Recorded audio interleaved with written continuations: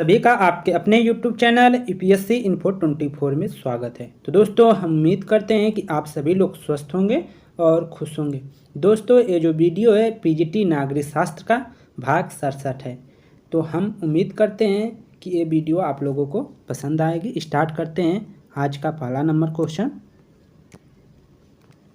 Question है friends, human nature in politics पुस्तक के लेखक कौन है? ह्यूमन नेचर इन पॉलिटिक्स पुस्तक के लेखक कौन है? ऑप्शन 1 है ग्राहम वालेस, ब है आर्थर वेटले, स है डेविड्स स्टन, द है आमंड। तो आंसर जो हो जाएगा फर्स्ट नंबर हो जाएगा ए आपका Graham wireless. Graham wireless he human natural in politics पुस्तक के लेखक है। नंबर 1 सही है। अगला क्वेश्चन है नंबर 2 क्वेश्चन।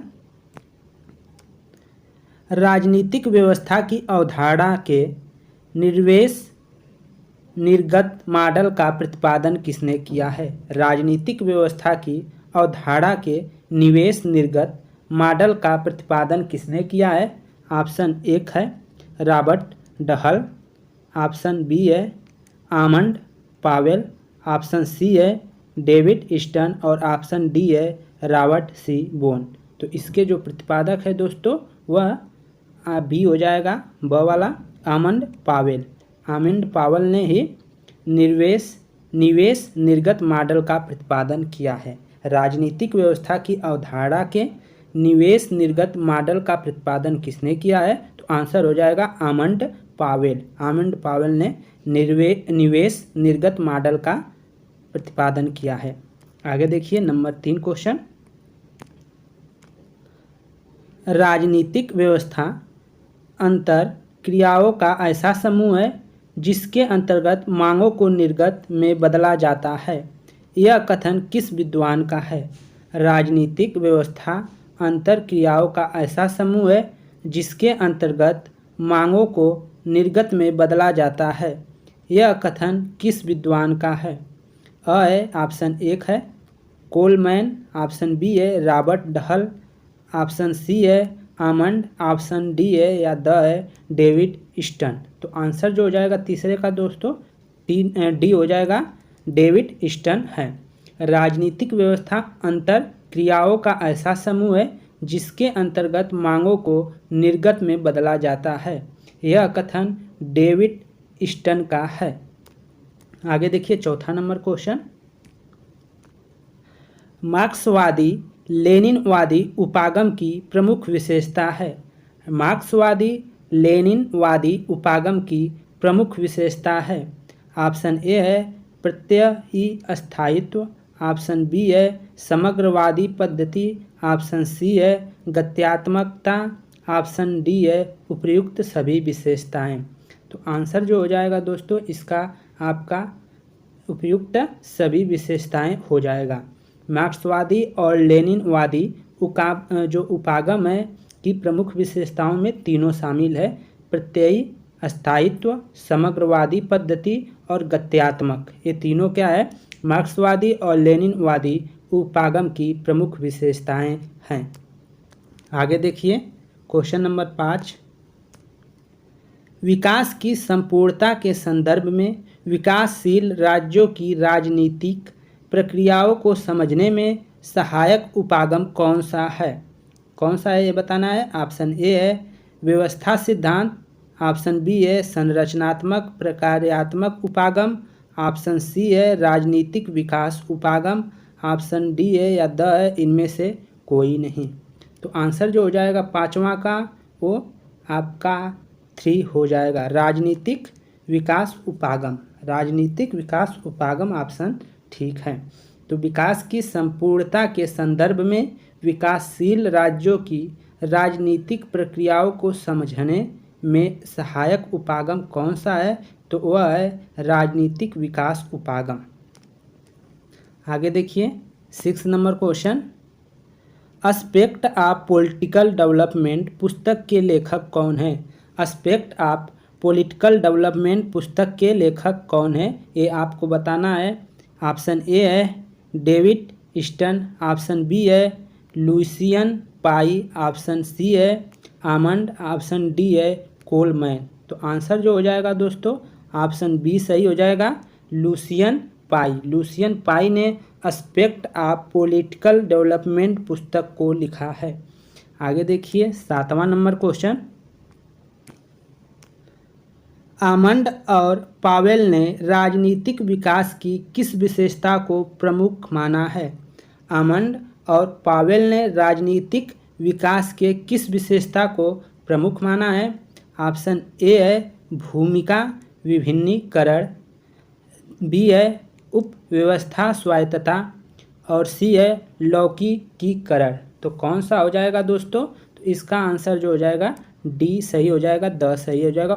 इनमें से सभी विशेषताओं को आमंड और पावेल ने महत्वपूर्ण माना है विकास, राजनीतिक विकास के लिए। तो आगे देखिए अगला क्वेश्चन 8 नंबर। आधुनिकीकरण एक प्रक्रिया है। आधुनिकीकरण एक प्रक्रिया है जो साधनों के विवेकपूर्ण प्रयोग पर आधारित होती है और आधुनिक समाज की स्थापना के उद्देश्य से मुक्त होती है। यह कथन किस विद्वान का है? यह कथन किस विद्वान का है?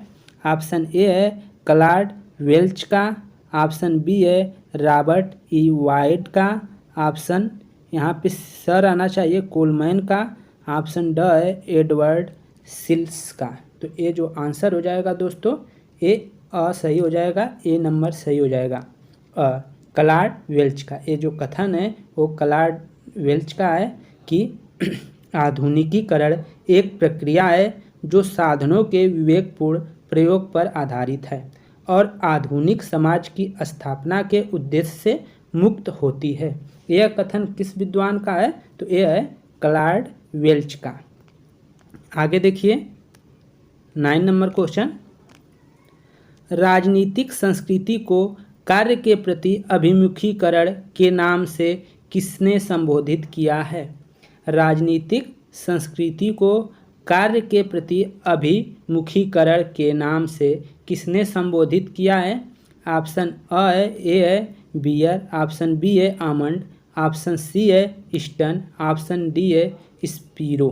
तो आंसर जो हो जाएगा दोस्तों 9 का वह ब हो जाएगा, अर्थात बी हो जाएगा आमंड।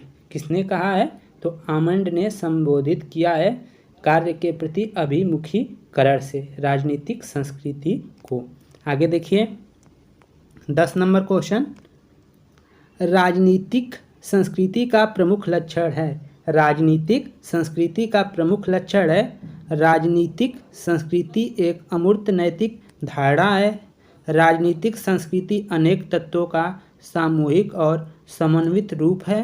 राजनीतिक संस्कृति में गतिशीलता है और द है उपयुक्त सभी। तो आंसर जो हो जाएगा दोस्तों डी सही हो जाएगा, उपयुक्त सभी सही आंसर है।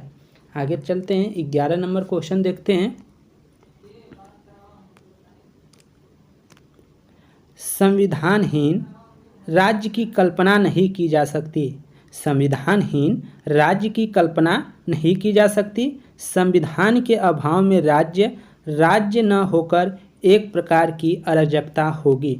यह कथन किसका है? क्वेश्चन का है क्या है, एक बार दोबारा सुन लीजिए। संविधानहीन राज्य की कल्पना नहीं की जा सकती। अगर संविधान नहीं है तो राज्य की कल्पना नहीं की जा सकती। संविधान के अभाव में राज्य न होकर एक प्रकार की अराजकता होगी। यह कथन किसका है? ऑप्शन एक है गार्नर का, बी है ब्राइस का, सी है जेलीनेक का और डी है डाइसी का। तो आंसर जो हो जाएगा दोस्तों सी सही हो जाएगा, जेलीनेक ने इस कथन को कहा है। अगला क्वेश्चन 12 नंबर। संविधान वही है जो न्यायाधीश कहते हैं। यह बात वर्तमान समय में किस देश के संबंध में कही जाती है? संविधान वही है जो न्यायाधीश कहते हैं। यह बात वर्तमान समय में किस देश के संबंध में कही जाती है? ऑप्शन एक है ब्रिटेन, ऑप्शन बी है अमेरिका, ऑप्शन सी है स्विट्जरलैंड, ऑप्शन डी है जनवादी चीन।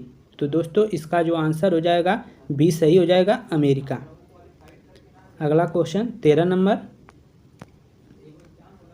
लिखित और कठोर संविधान को सबसे पहले अपनाया गया। लिखित और कठोर संविधान को सबसे पहले अपनाया गया, तो आंसर हो जाएगा अमेरिका। सबसे पहले कहाँ अपनाया गया था? तो अमेरिका में। हमारा भी जो संविधान है भारत का, वो अभी लिखित और कठोर संविधान है, लेकिन सबसे पहले जो अपनाया गया है लिखित और कठोर संविधान, वो अमेरिका द्वारा अपनाया गया है। आगे देखिए 14 नंबर क्वेश्चन। राजनीतिक विज्ञान का संबंध राज्य तथा उसके साधन सरकार से है।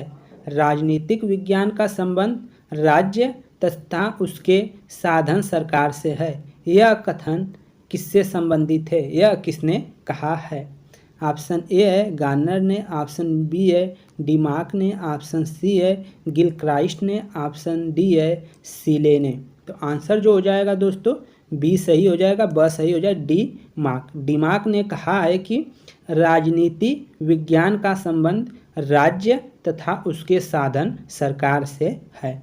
राजनीतिक विज्ञान का संबंध राज्य तथा उसके साधन सरकार से है। यह कथन डी मार्क का है। अगला क्वेश्चन 15 नंबर।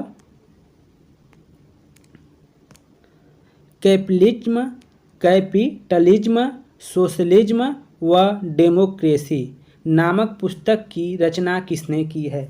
कैपिटलिज्म, सोशलिज्म व डेमोक्रेसी नामक पुस्तक की रचना किसने की है? ऑप्शन एक है शुम्पीटर, ऑप्शन बी है मोस्का, ऑप्शन सी है मिचेल्स, ऑप्शन डी है रॉबर्ट डहल। तो आंसर जो हो जाएगा दोस्तों ये सही हो जाएगा शुम्पीटर। शुम्पीटर ने कैपिटलिज्म, सोशलिज्म व डेमोक्रेसी नामक पुस्तक की रचना की है। तो फ्रेंड्स ये वीडियो यहीं पे समाप्त होता है। उम्मीद करता हूँ कि हमारा जो ये प्रयास आप लोगों को पसंद आ रही होगी।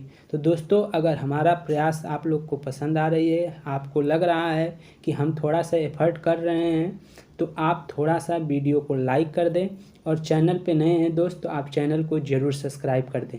दोस्तों आप लोग शेयर भी कर सकते हैं, जिससे कि हमें और मोटिवेशन मिले आपके द्वारा। तो आप वीडियो को शेयर भी कर सकते हैं, अगर चाहें तो आप शेयर कर सकते हैं, जिससे कि हमारा वीडियो अन्य लोगों तक पहुँचे और हम और ज़्यादा मतलब इसके प्रति समर्पित होकर और ज़्यादा वीडियो बनाएं। दोस्तों हमारा यही प्रयास है कि हम आप लोगों को डेली कम से कम 10 से 20, 30, 40 क्वेश्चन जितना हो सके उतना दें। जिस दिन छुट्टी होती है उस दिन ज़्यादा मतलब दिया जाता है, नहीं तो पढ़ाने में टाइम चला जाता है, क्लास लेना भी पड़ता है। तो सभी को नमस्कार, गुड नाइट।